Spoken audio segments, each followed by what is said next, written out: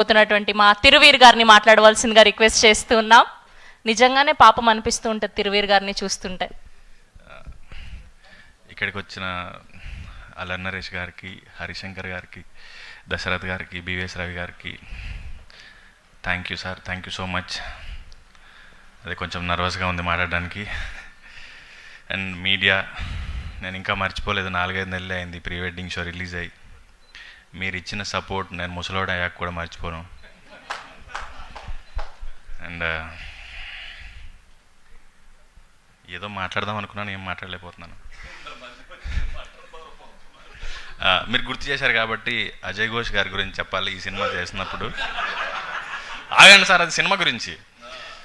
మా ఇద్దరి అంటే అందరూ ఏదో హీరో హీరోయిన్ ఇదంతా అనుకుంటున్నారు, కానీ ఒక తండ్రి కొడుకుల బంధం గురించి ఈ సినిమాలో తను రాశాడు నరేష్. మా నాన్న లేడు కానీ చాలాసార్లు మా నాన్న నుండి ఇలాగే ఉండేవాడు అనిపించింది నాకు.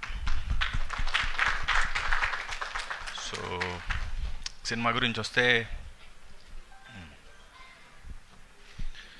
పాపం ప్రతాప్ నరేష్ చెప్పినప్పుడు, నరేష్ సార్ నేను ఒకటే మాట అన్నాను, ఇప్పటికి కూడా సినిమా ఎలా వచ్చింది అంటే ఈవీవి గారి సినిమా ఎలా వచ్చింది అని చెప్తున్నాను. నాకు అదొకటే మాట వస్తుంది.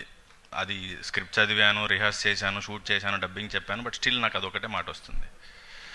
సో సినిమా విషయానికి వస్తే, మగాడంటే ఏడవకూడదు, భయపడకూడదు, బాధపడకూడదు, ఇలా ఏవో చెప్తూ ఉంటారు, కానీ మగాడు కూడా మనిషే.